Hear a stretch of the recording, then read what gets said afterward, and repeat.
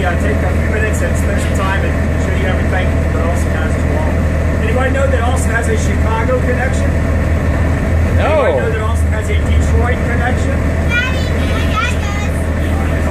Grandma, do you know? My dad's from Detroit. You're from Detroit? Good to have you. Detroit to Oregon. That's a long way. What's the connection?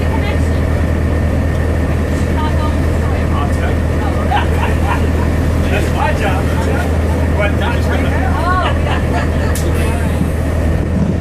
It's called suspense. All right, guys, let's get our quackers up. Quackers up, quackers up. Why did Captain Darrell give you these quackers? Why do you think you have those, huh? Kids? To quack with, that's right. So let's go ahead and get something to quack with here. Quackers up. Let's quack along to. No, we're not going to quack along to that one. No, not yet. Anyway. Let's quack along to this one right here. Here's a good song. Wait a minute. What's going on with my iPod here? I'm sorry, guys. My iPod does not want to work right. There we go. I think this is a good song to quack to. It's the duck theme to get us going. Here we go.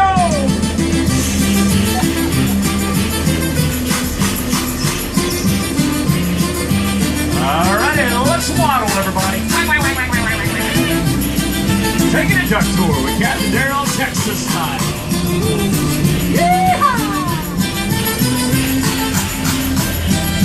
For all my Cajun friends on board, and for everybody else, let's see. Oh, I know. Andre. I think I got it all covered. Coming on now. Here we go. Super quack. 3, 2, 1. Quack, quack, quack, quack, quack. That's what we do. We do surprise quacker sounds. They'll never know what hit them.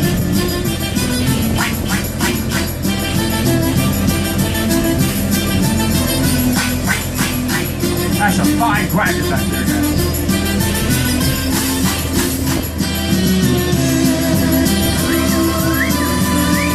Alrighty, let's start our tour over here at Carmelo's. Right there, that's the old Stagecoach Inn. That's where the Stagecoach would pick folks up. See that sign where it says pay here? Yeah, that's where you pay your Stagecoach driver back in the day, too.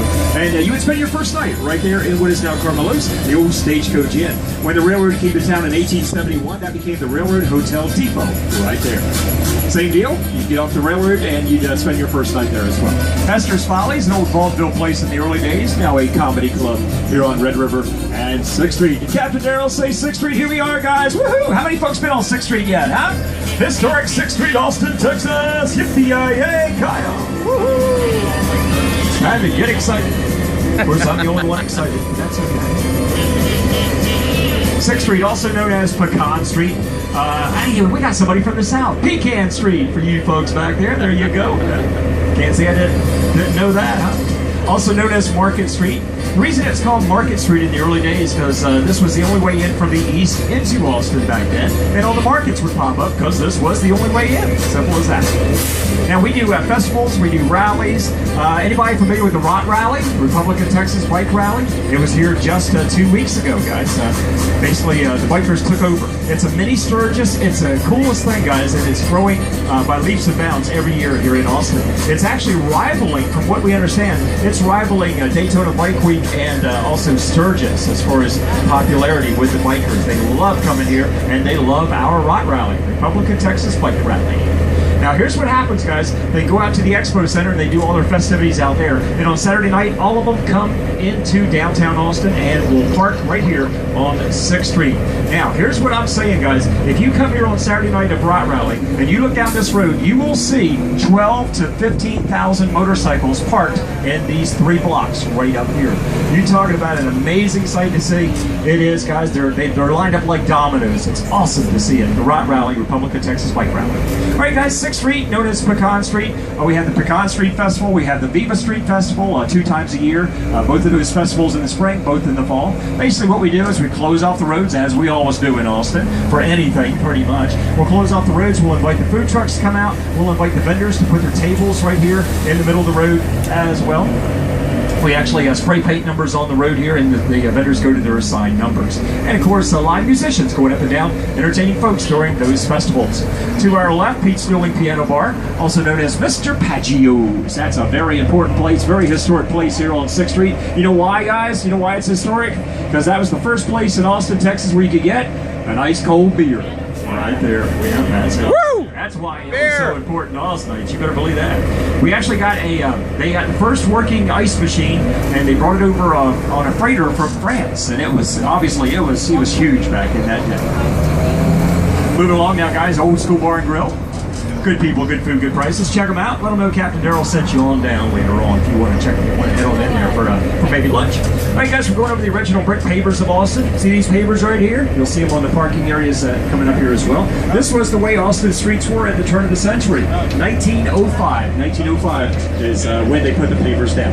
Alamo Draft House Cinema right there, guys. Part of the South by Southwest Film Festival. Also the old Ritz Theater right there. Some big name entertainers in that theater right there through the years. And they're famous for showing the controversial movies that other theaters will not show. They do it right there on 6th Street all the time.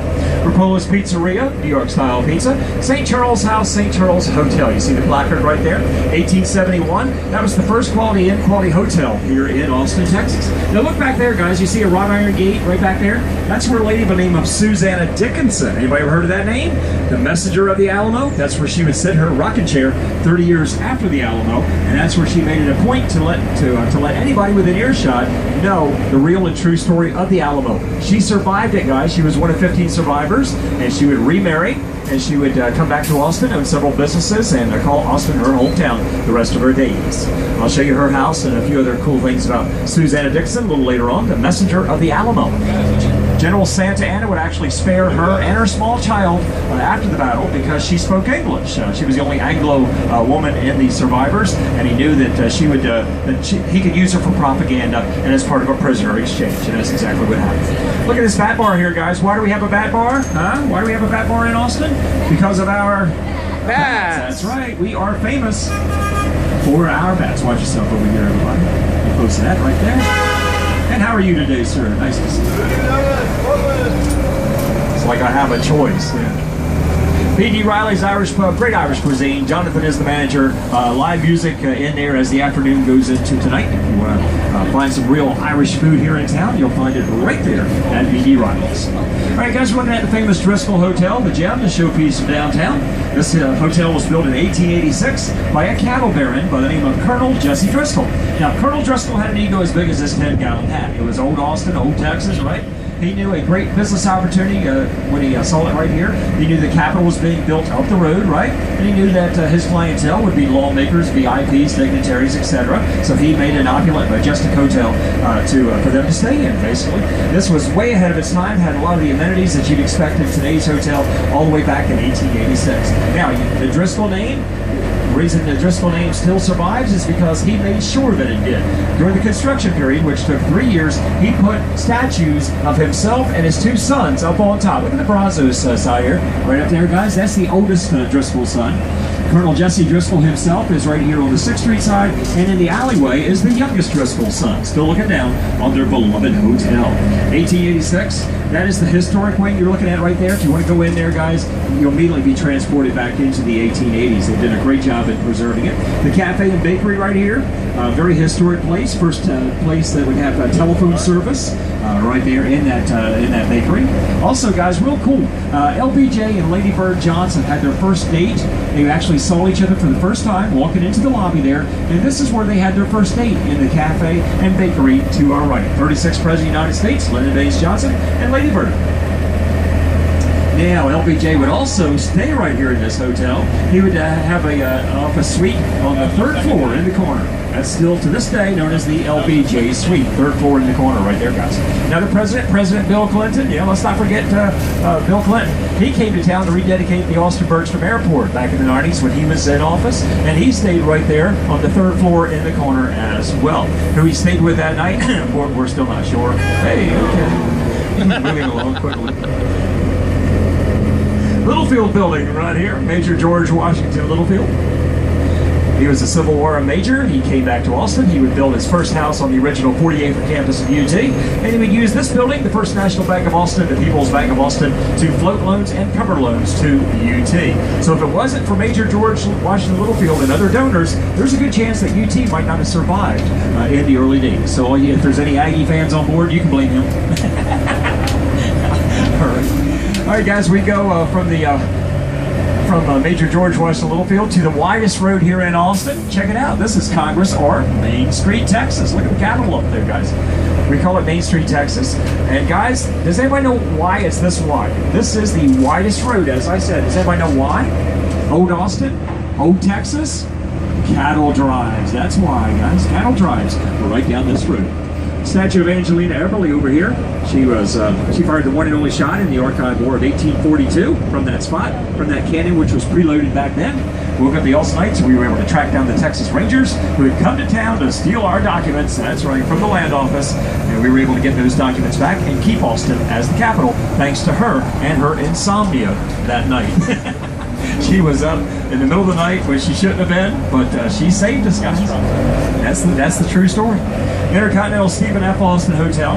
A lot of great Texas history has happened there. Imagine the cattle barons leaning across the rails there as cattle drives came through town, talking the cattle business. Also, guys, think about the judges up there judging parades, and for the movie buffs. Several movies have been shot right there as well here in downtown Austin, including one we all know, starring Sandra Bullock, the original Miss Congeniality. Right back there. Several scenes of Miss Congeniality shot right there at the Intercontinental Stephen F. Austin Hotel. All right, guys, let's take a look at the Paramount, also known as the Majestic. Big name talent on that marquee all the time throughout the years. They just got done celebrating, are you ready? 100 years entertaining Austinites through in that theater right there. Last November, so they're 100 years plus now. The State Theater and the Paramount now owned by the same people, but for many years were in competition for the same movie dollar, if you can imagine that, huh? Now this is also where the South by Southwest takes place, everybody. In the springtime, Hollywood comes south, all the movie stars come to downtown Austin, and guess where they stand right there? Right in between the State and the Paramount, where you see the ATM machine, they have a backdrop there, and that's where they put all the movie stars, and they do television interviews, they do red carpet stuff, take pictures, sign autographs, the whole thing during South by Southwest film. Moving along now, guys. East 8th Street, underneath East 8th, you will see Hickory Street there in parentheses. The reason you do, 1839, when we first became a city, Judge Edwin Waller, Waller Creek, and the first mayor of the city would be given the assignment to lay out the grid of the streets of Austin. He chose to lay out the original east-west streets here in town and named them after native Texas trees. The north-south streets, except Congress, still to this day named after native Texas rivers. All right, so think rivers when you see north-south, think trees when you see east-west. 804 Congress right back there. That's the Bosch Hogg building. H-O-G-G. Did you hear me? I said hog. Yes, I did. We had a boss hog here in Texas, gang. Governor Jimmy Hogg, James Stephen Hogg was his name. Great governor. The Hogg Laws during his term. He instituted the Hogg Laws and several cool other cool things. First Texas-born governor to hold the office. Now, if you ask a Texan about Governor Jimmy Hogg, they'll be quick to tell you, oh yeah, he's the governor that had a daughter named, you better believe it, he named his only daughter Ima Hogg. And they still elected him governor of the state of Texas. Think about that one, gang. Think about it. Contemplate that one in your head just a little bit. You think you had a bad day? Imagine waking up every morning with the name Ima Hogg. Okay? Now, here's the deal, guys. She lived to be 93 with that name. 93. And she was Texas top. You did not mess with Ima Hogg. She didn't want to hear it. She heard enough by a young age, obviously. But she was a little spitfire of a gal. She just didn't mess with her. Now, she would use her money and her fame, if you will, to basically do a lot of great things during her 93 years. She would move from here. She would move to Houston. I don't know if anybody's from Houston, but she would move to Houston, and her estate can be found in Houston. And she is responsible for starting or being a founder of the museums in Houston. The Museum District. Ima Hogg is one of the early founders and put the money into that to make that happen. So next time you see those great museums in Houston, think of Ima Hogg, the lady with the crazy name. If you ask a Texan, they'll be quick to tell you Ask a Texan about Aunt Olga. They'll say, oh yeah, she had 2 younger sisters, you know. What were their names? Well, their names were Yura and Wira. No. First of all, don't talk to a Texan. Lumberg Bakery right there, 1876 the year. Charles Lumberg, Swedish immigrant, would build that right there. He had a great business mind. He soon learned what it was all about, location, right? So he put it right there so the lawmakers would come down and get their coffee, business people would come up and get their coffee, and everybody would talk business and politics. That was the place to be for about 40 years, underneath the overhang, right back there. Up there on the balcony, folks would come into town to the Travis County Courthouse over here, guys. The open parking lot today. They would walk across with a photographer, get up there on the balcony, and get their wedding photograph taken back in the day. Of the happy couple, and in the background, our beautiful Capitol building. All right, guys, everybody having a good tour so far? Learning a little bit as we waddle through Austin. Yay! We do not travel, drive our tour. We waddle along. That's right. And as you can see, we don't care how many Austinites blow the horns at us. We just wave, smile, and quack at them because we're a duck. All right, guys. Let's see. It's time for some more jokes. What do you call a cow with a nervous condition? Cow with a nervous condition. Anybody? I don't know. Milkshake, you got it. Good job.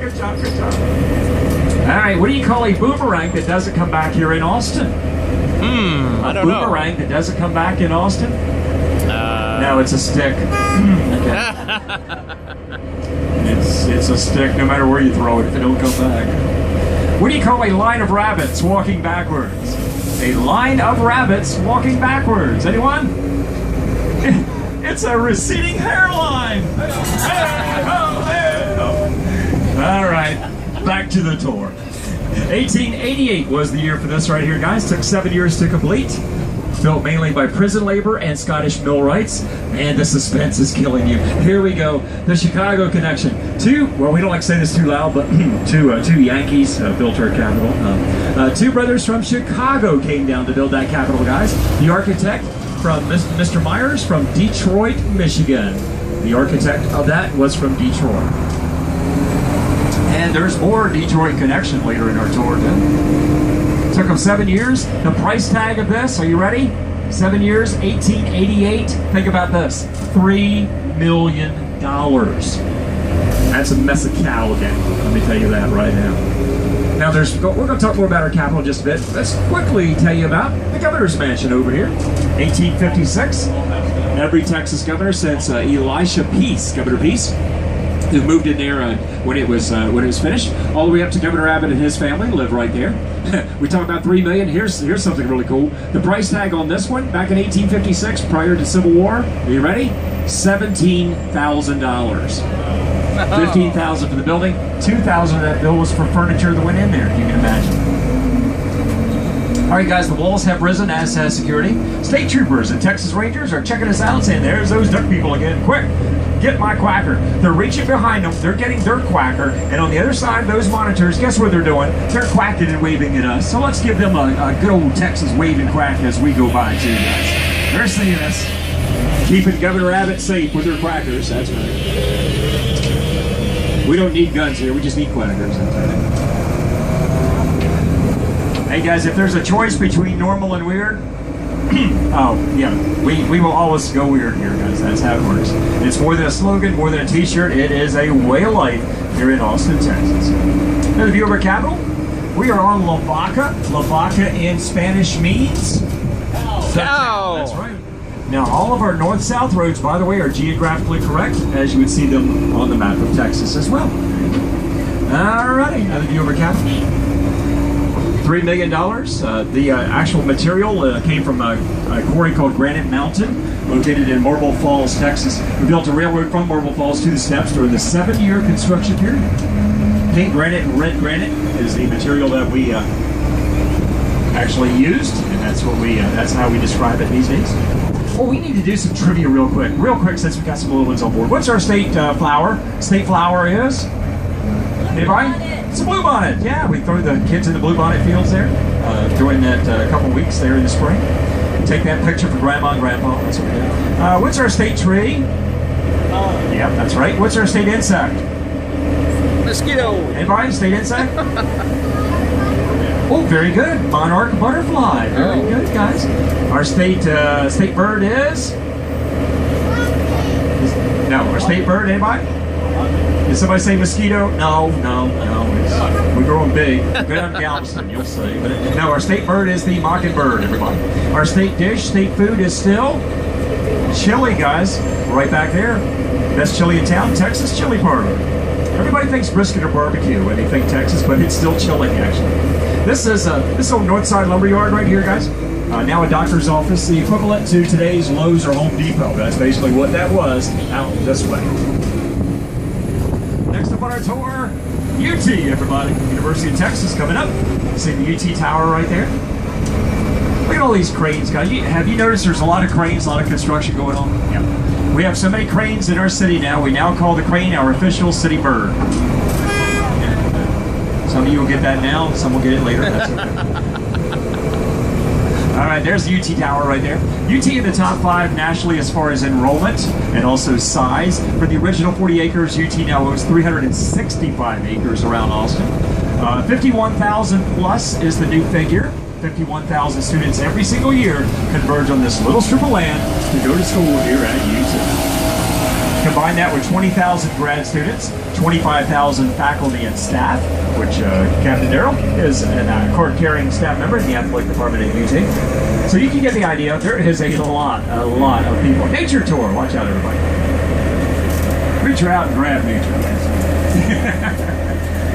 They moved us over here. We were over there. They moved us over here, so we got to get closer to the trees. Not happy about it, no.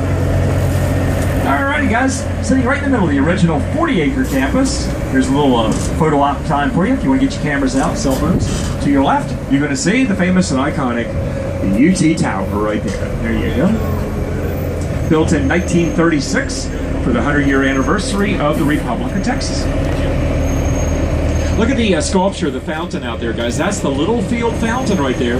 That goes back to Major George Washington Littlefield and his bank there on 6th and Congress. We light up the top 13 stories in orange and white lights whenever we have a big sporting event win. Of course, we either in a letter or a number. We're famous for putting the number 1 up, of course.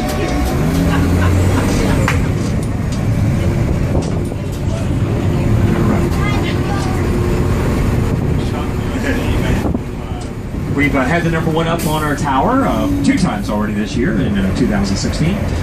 UT Swimming and Diving won the Big 12 Championship, and a couple weeks later, the men's team won the National Championship. Actually, the men's team are back-to-back national champion swimming and diving. All right, guys, Blanton Museum of Art right there. 17,000 pieces of art in that beautiful gallery, one of the best in the South. Bob Bullock. Anybody been to Bob Bullock through the years, huh? Anybody? Bob Bullock, Texas State History Museum. Great way to learn about Texas history. The Native Americans to today, it's all there. Underground parking, elevator takes you up, 2.5, 3 hours of your time, and you'll be like these guys right here afterwards. Dead tired. They don't know it, but they're actually sitting next to the largest star in the state of Texas still. Did you guys know that? The largest star in the state of Texas? You're sitting on it right now? All right, yeah, there you go. I didn't know that. We say that right now because tomorrow that could change. It's Texas. Somebody could be out there, working on one so they can brag about it tomorrow, but right now we can't. North Congress, great view of the Capitol right here, guys. I think you want me to get them. All right. A lot of folks will get out the road, take this photograph. To the left is the Frost Bank building, the Owl building, as we call it. To the right, behind the tree, will be the Austonian, the tall, slender building. 56 stories tall. That is the tallest building right now in Austin, Texas. You'll be able to see what I'm talking about here after we get past the tree a little bit here. Let's see here. We talked about several things about our capital. Prison labor, Scottish millwrights were the actual workforce. So many Scots in town. We still have many Scottish descendants to this day, by the way, here to live in Austin. Here's something you don't know. Maybe our capital was actually taller than the nation's capital in D.C.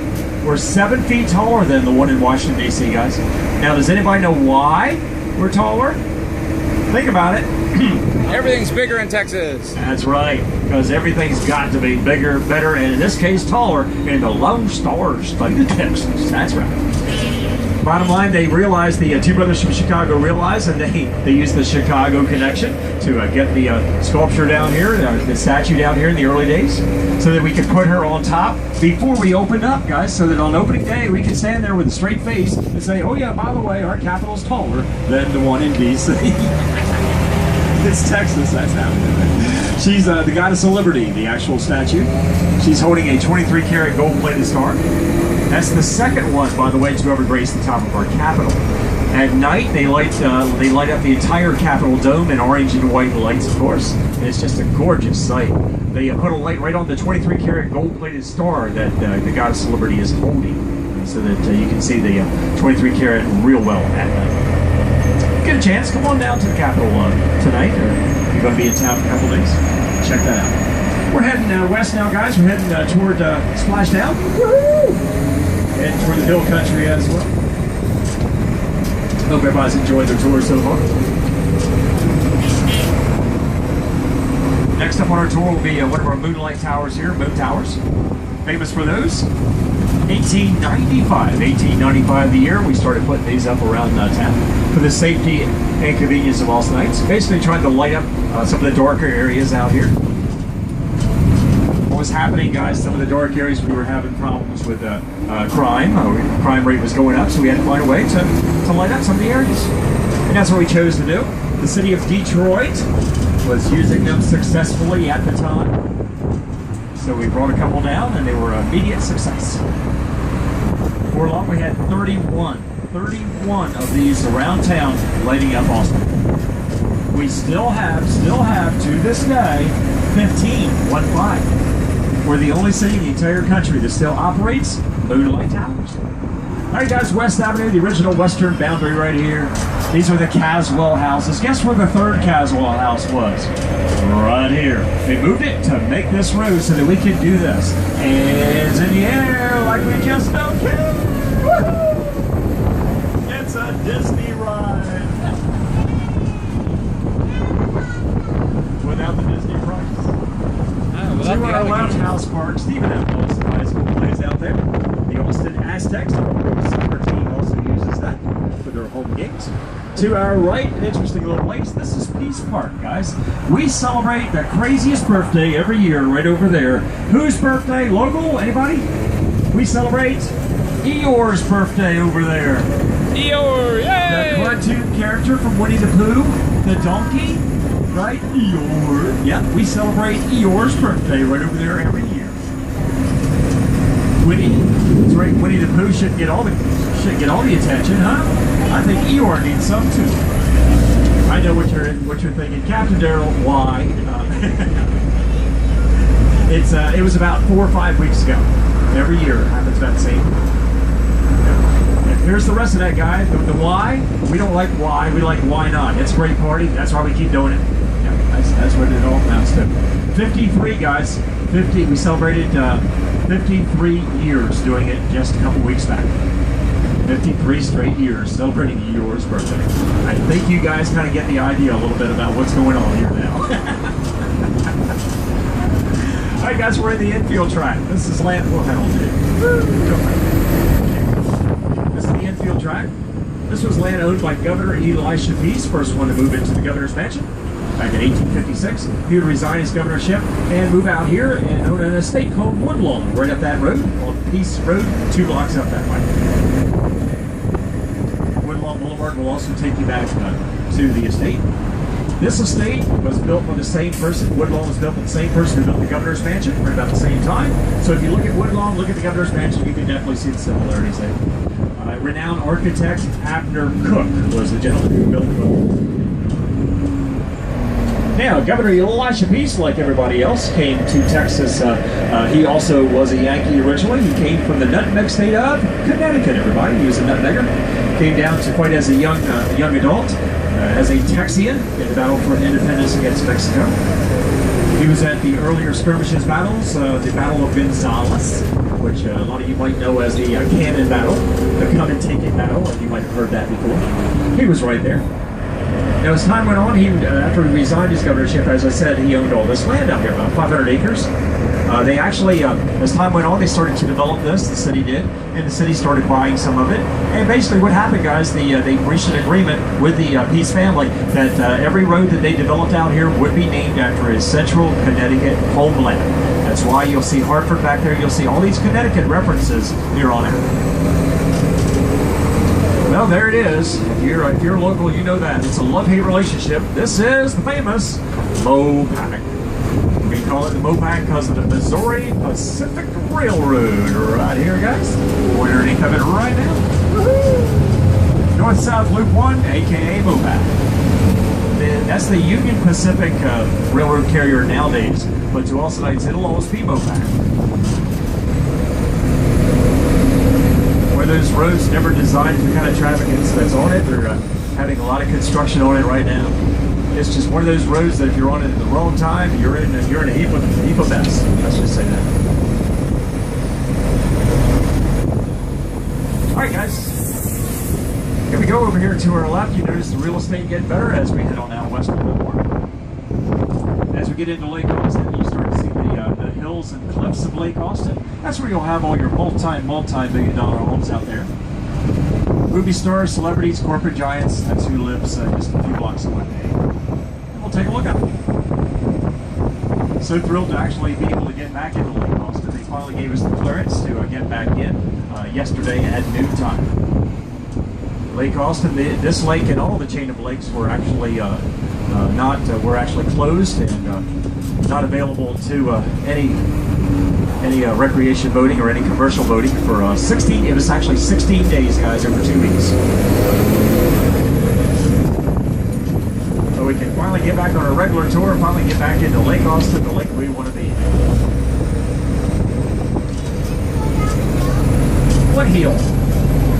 Hey, we go down a lot of hills. It's Austin. This is the hill country. Why we see the hill country right up there? The reason we call it the hill country, because we actually had an earthquake out here to form the hill country about 3 million years ago. So you got two shelves hit against each other, basically pushed up, crumpled up land west of the territory, now west of the city.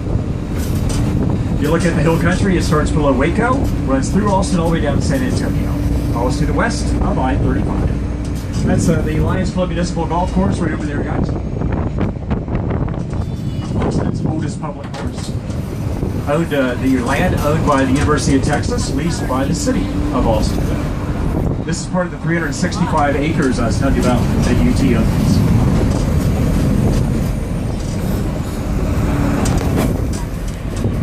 Right at. As we get out toward the lake, a lot of the trees a little bit lower out this way, so just do our best to avoid a lot of this. Okay.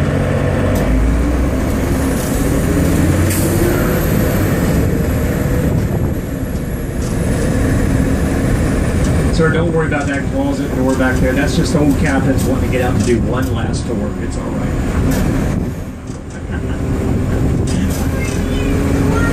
We are going to get into the water now. Yes, we are. There's Lake Austin, everybody. World famous Hula Hut restaurant down here. Everybody familiar with the Hula Hut? Also Abel's on the Lake Bar and Grill and Mozart's Coffee Shop. This is Austin's little playground, everybody, right here. Come down with your boat, drop your boat off for a few hours, go up and down Lake Austin, and catch a great meal before you head back home. That's what they do. And by golly, we're going to have us a ride. I haven't had me a rider in a long time, actually.